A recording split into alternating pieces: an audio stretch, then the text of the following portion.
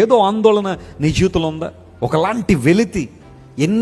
ఏ పని చేస్తున్నా దాని మీద ఫోకస్ లేదు, ఏ పని చేస్తున్నా దాని మీద ఏకాగ్రత ఉండట్లేదు. పుస్తకాలు తీస్తున్నావు చదువుదామని, ఒక్క పేజీ చదివేసరికి నువ్వు చదవలేకపోతున్నావు. ఏంటంటే నీ కాన్సన్ట్రేషన్ డైవర్ట్ అయిపోతాను. ఏదో ఒక విషయం గుర్తు రావడం, వరీ స్టార్ట్ అయిపోయి ఇంకెందుకులే అని చెప్పి పక్కన పడేస్తాం. పోనీ బైబిల్ చదువుదామని తీస్తున్నావు, ఒక అధ్యాయం కూడా పూర్తిగా చదవలేకపోతున్నావు. ప్రార్థన చేద్దామని మోకరిస్తావు, పట్టుమని 10 నిమిషాలు కూడా నువ్వు ప్రార్థన చేయలేకపోతున్నావు. ఏకాగ్రత ఉండలేదు నీకు.